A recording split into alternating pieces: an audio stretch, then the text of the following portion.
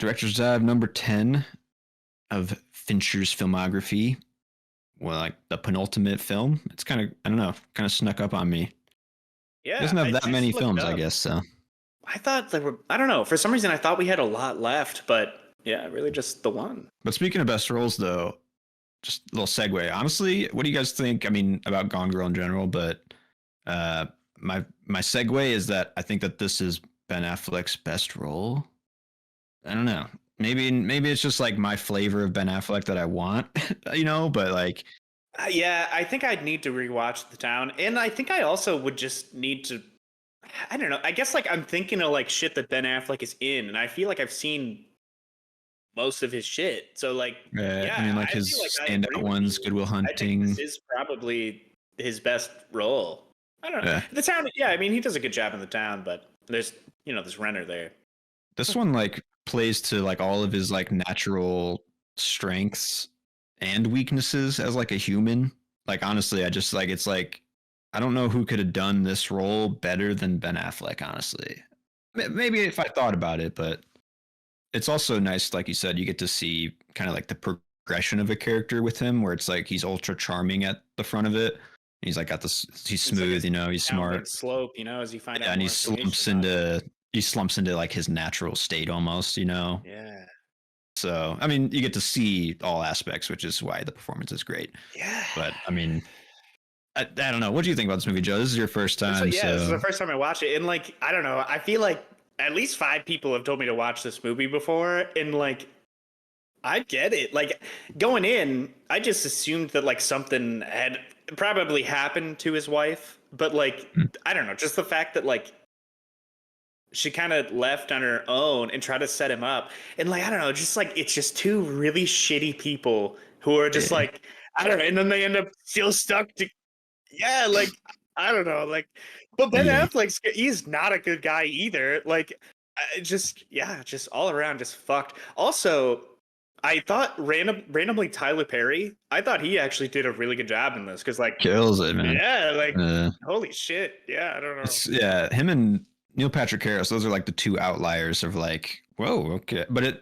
And Neil Patrick Harris stands out a little more as like he doesn't kind of blend as much as Tyler Perry does in this movie. It's kind of like Justin Timberlake esque in The Social Network. But David, like Fincher knows like what they can be, and then he'll like do 50 takes to get what he wants out of them. You know what I'm saying? Like, so I I still respect his thought like like Neil attempts. Patrick Harris's parts were like He's good. good. I Yeah, thought his character was like spot on for like what he he needed to played it do. well. Yeah, he's like subtly weird, but like normal-ish, but kind of Yeah. ultimately creepy. Like I did not expect her to go back too. Like that was just like a twist for me because like to go back to Ben Affleck. yeah, like Yeah, and then she still like fucking traps his ass like yeah, man. and it's probably I would assume it's Neil Patrick Harris's kid, right? I mean like because she I mean I think like it's his kid somehow, but that's at least what I got. Like she's okay. got his semen still or something, or like Huh. because she's like, I want to test, and she says, I love tests, which might mean she just will cheat her way through it or whatever.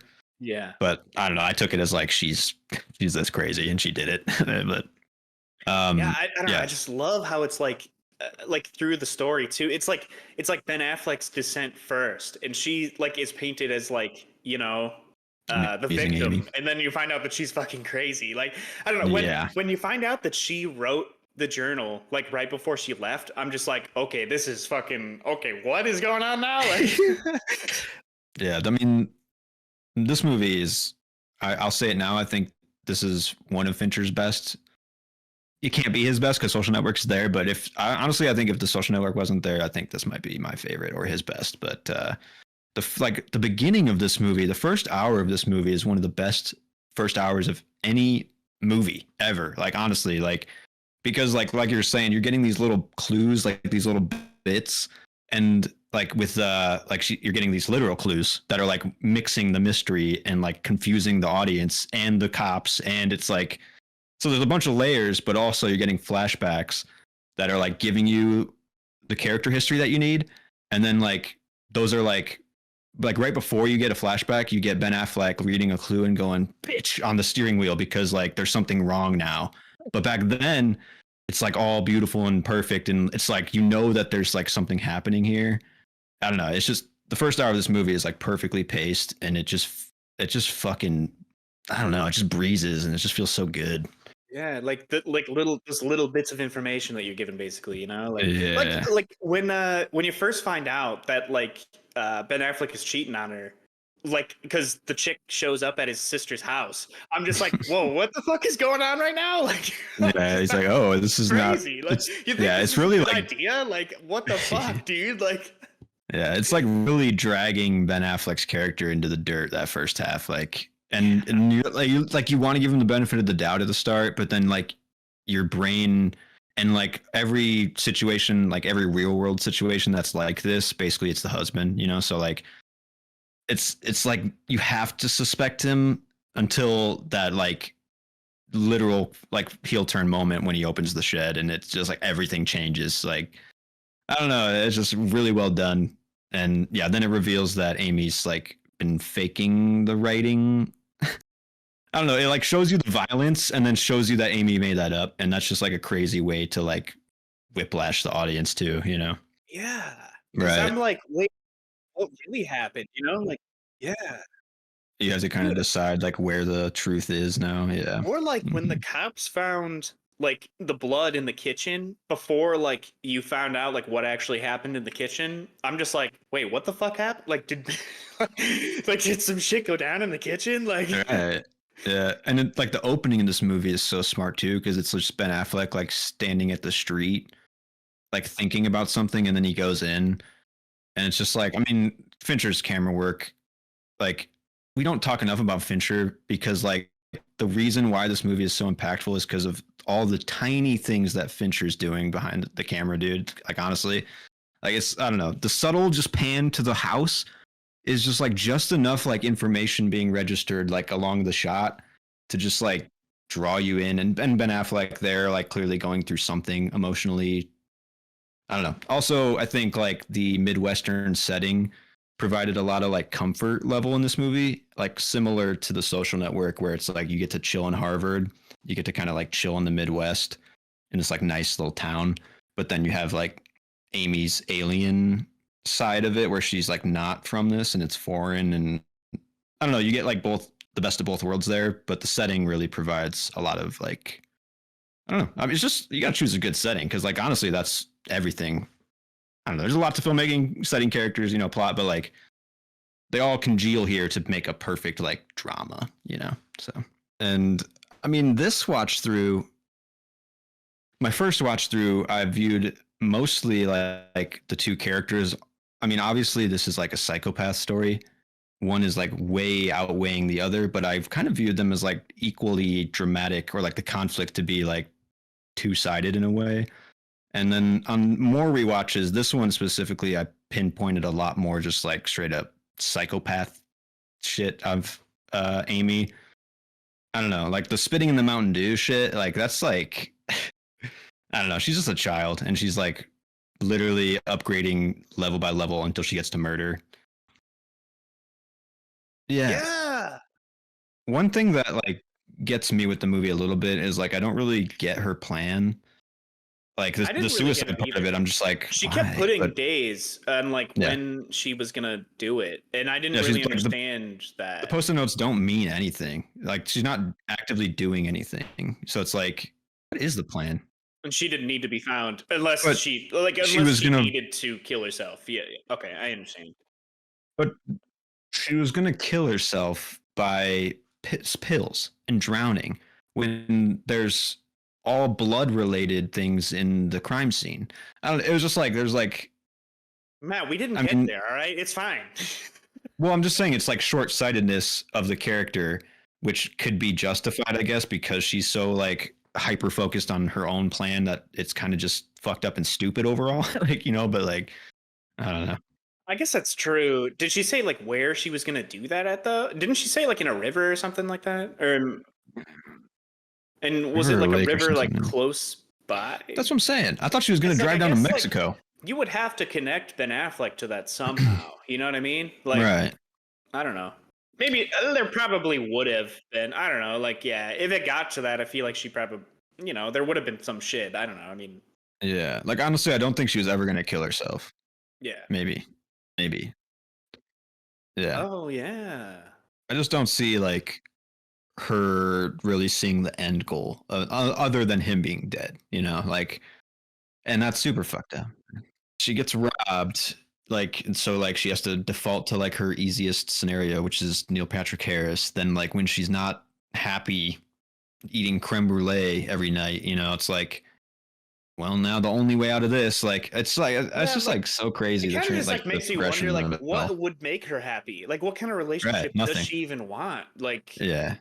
Well, that's like I mean, fundamentally, I think is really solid in this movie overall. And like the question that's always going to linger is like the relationship conflict that you get with like any relationship where you're kind of like hostility and comfort are like two things that are constantly like melding in a weird way. But yeah, also just like the projection that you show each other.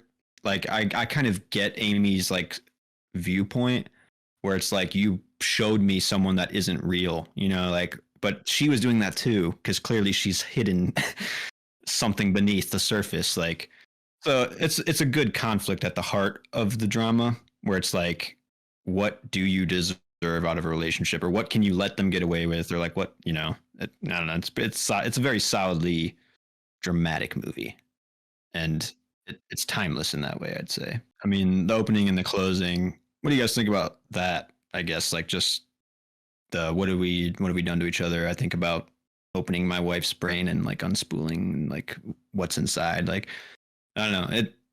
It's very eerie. I like how this movie ends, and yeah, like because just it's her like, looking up at you, like, yeah, just like a totally different perspective at the end of the movie versus like the beginning. right. Yeah. Another note I had, Carrie Coon as Margot, his sister, super solid, like supporting. Yeah, she's a great actress in general, but she just brought like a lot of the relatability, but also still like the like questioning. Like she's not like an idiot, but she's on our side as the audience, for most of it. So really good. Kim Dickens is Like dude. deputy, And yeah, they're like my wife thinks he did it. sidekick. Yeah. Yeah, Yeah. It's like I think that character needs to be there though, in a sense, to be the guy who's just like, come on, guys, like, because everyone in the media even were like, it's Sam, you're not Sam. And then Kim Dickens, another great supporting role in this movie as the detective. She's like the one person who's like not ready to fully call it, and by the end of it, she's the only person in the room that will call out Amy, even though it's kind of like too late, But yeah, like when that's a good when they're journey for sitting her. at the table and it's like Ben Affleck and his sister and like her and fucking And Tyler Perry, right yeah, at the Tyler end. Perry, and they're Yeah, just like, well, what do you want us to do about it? Like, yeah, I can't do much.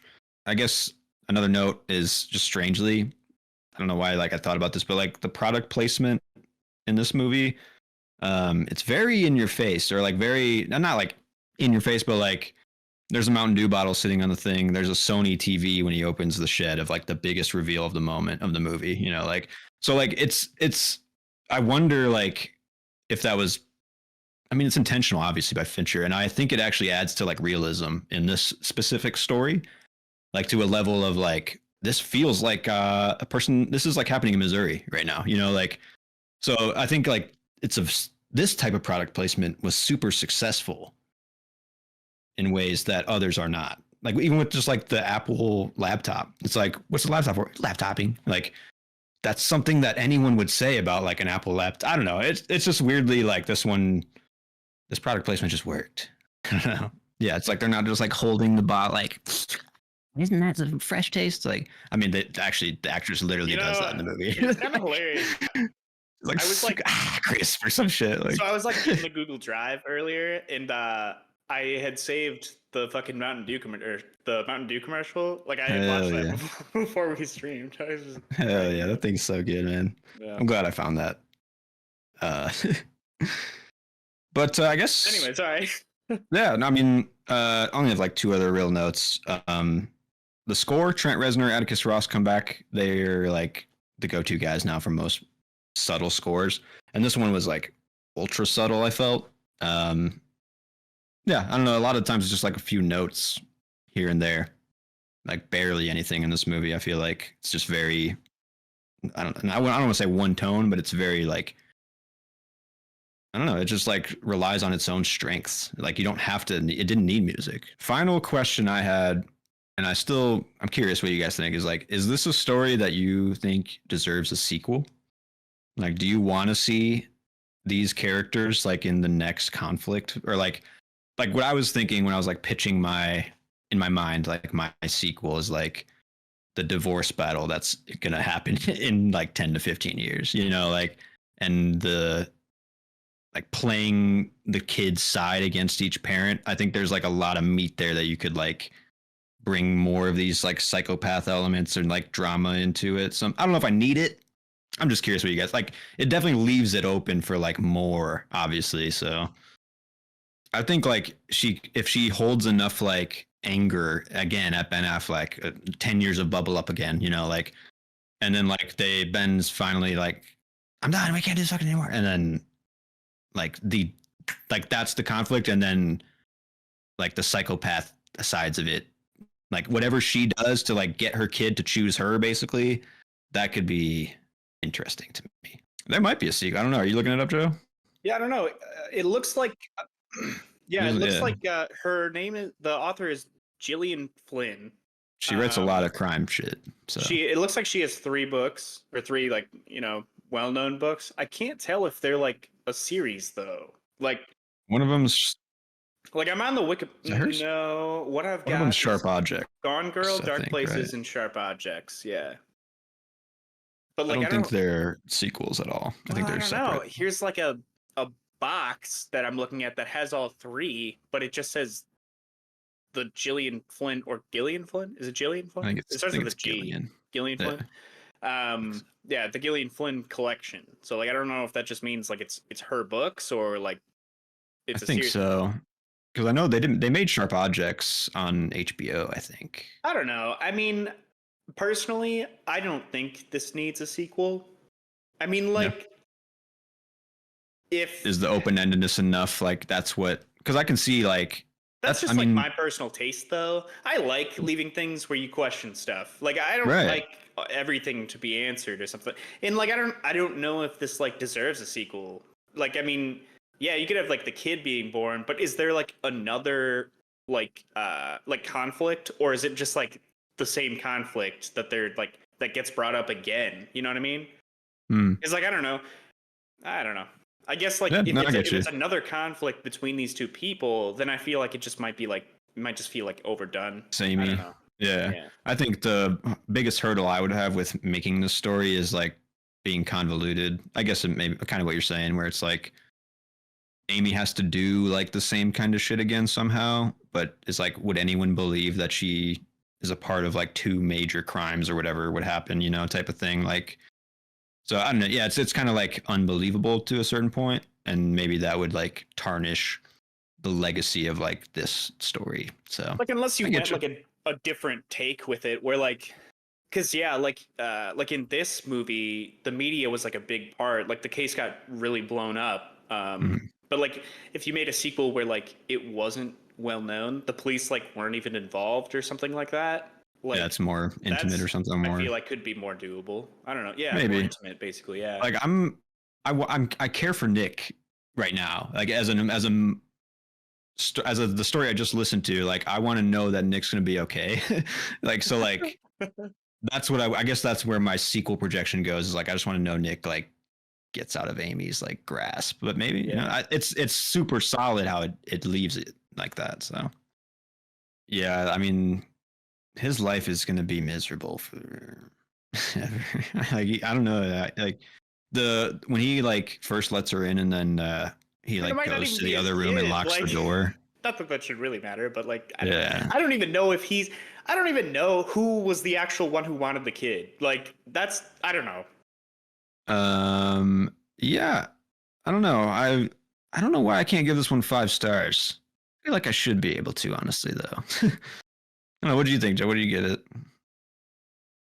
Again, I didn't really even think about Yeah. rating this one, but Yeah, yeah. I mean, probably 4.5. I'm like thinking in my head, like, should I give it a 5? Because like I don't think I've given any of David Fincher movie. Maybe 7. I gave a 5. Hmm. Um, It I is don't very good. know. Like, I guess like I'm like thinking of the other David Fincher movies that I really liked, and I guess I'm like comparing it against Mhm. them to like give Yeah. it a rating. I don't know, because like in my opinion, I still I don't know. That's gonna take some thinking, I guess. I'll give it a four Yeah, and a for half. sure, for sure. Yeah, this is definitely his most like entertaining movie. Could we agree on that? I don't know. Would you say like this is the I was easiestly engaged the whole easiest? time, Yeah, it definitely. just So hooks you and doesn't let go. It's just doing all the work. yeah, like Yeah, for sure. even like 7 was a little slow sometimes, and even Zodiac, like in maybe like the like at the end, I like before the basement scene. I feel like I was losing interest a little bit, and then the basement scene like roped me back in. Shoo! But like I still like was kind of like losing interest at some point, like for a little bit, you It's a know. long So movie like too. yeah, it was a long movie. Yeah. But yeah, I mean, So this one yeah, doesn't this let one you I was go. engaged. Yeah, the whole Yeah, time. for sure. I mean, I don't know. I've been watching like some behind the scenes on Fincher and stuff just because I like to dive into their like behind the scenes shit. And that guy is, I mean, if there's a guy that's like a spiritual successor to Kubrick, it's David Fincher, honestly. Like he is so Kind of wish I was meticulous. on the Kubrick train with you guys. Watch them, bro. I mean, they're I've seen fantastic most of films. them. So Like I yeah, listened to like what you guys talked about him, and I'm like, damn, like I actually liked. I don't like 2001: A Space Odyssey. Well, we don't have to get into that, but yeah, I liked a lot of Kubrick stuff actually. he's good. And I think Fincher obviously likes his style. Like, I mean, I watched him direct like his actors, and it's I don't know, it gives me hope because like if you know what you want and like he knows what he wants and he can articulate it to the actors and he's not afraid to just tell them exactly what he needs and wants and he's gonna make you do 50 takes whether that's warranted or not. You know, I don't know. I think you could argue that, but by the end of it, the product that he has is undeniable. You know, so it's he's a great filmmaker, man. I like him a lot. Did you notice? Oh, did you notice this movie also? There's, I mean, it's always so smooth. It's always so feels so fucking good. There's one shot. I think it's only one in this movie where Ben Affleck's getting chased by the paparazzi. Like, why are you running, Nick? Why are you running, Nick? As they're running after him, and like, Like through the yard, I think. Is yeah, that? he's going through the park or whatever into the police car. And it's the one shaky cam that he gets in the movie as he's getting into the car. Dude, it's like so effective in that moment, like because he doesn't use it, and like it's just he's just like very tailored. He knows exactly what it needs to be, and he knows exactly when to push different things. Like, man, he's got skill and he's got craft for sure. So you have Kubrick as like the prototype, and you have Fincher as like the guy who chiseled it. You know what I'm saying? Like he literally just knows like he cut all the rough edges off and was like, that's it. So yeah, he's definitely following in the footsteps. What's I mean, I am very excited about Mank, honestly, because it's I don't Oh, know, we it's gotta watch like the that only one I crab haven't episode seen. too. I That love Death shit's and fire. Robots, Yeah, and that that shit's episode is good. scary. Yeah, he actually does a lot of like computer generated shit. I was kind of surprised because most of his movies they are there. You just don't notice it because he's really good at like knowing when to do it and knowing when to pull back on like giant green screens and shit. Um, but he has like a lot of music videos and a lot of just like standard little shorts that are like or commercials that are like computer. He's I don't know. He's into that shit too, which is kind of cool. Like, So what like era? Like, does he still do stuff like that, or like I watched a lot of his commercials. They were like early 2000s and like 2010s, is that like and the same thing for he's the music videos too? I think Because music like I videos were could like 90s into like okay, because I could 2000s. I definitely think. see that with like the intros from like like Fight Club or like Mm. like a lot of his intros. I mean, they're like eerily They're reminiscent clunky. to like a music Yeah, video. they're like Yeah, like I yeah, don't for know, sure. but that's cool. He does Yeah, stuff like that. he's like skilled in other areas that I didn't really give him credit for either. You know, like Well, the crab episode of Love, Death, and Robots is visually stunning. Like that's yeah. insane. And yeah, just super fucking good. Yeah. But Horrifying. yeah, yeah. I don't see But crabs in Mank, the same way anymore. I can't eat crab anymore. But yeah, Mank next week. Cap it off, right? Be fun.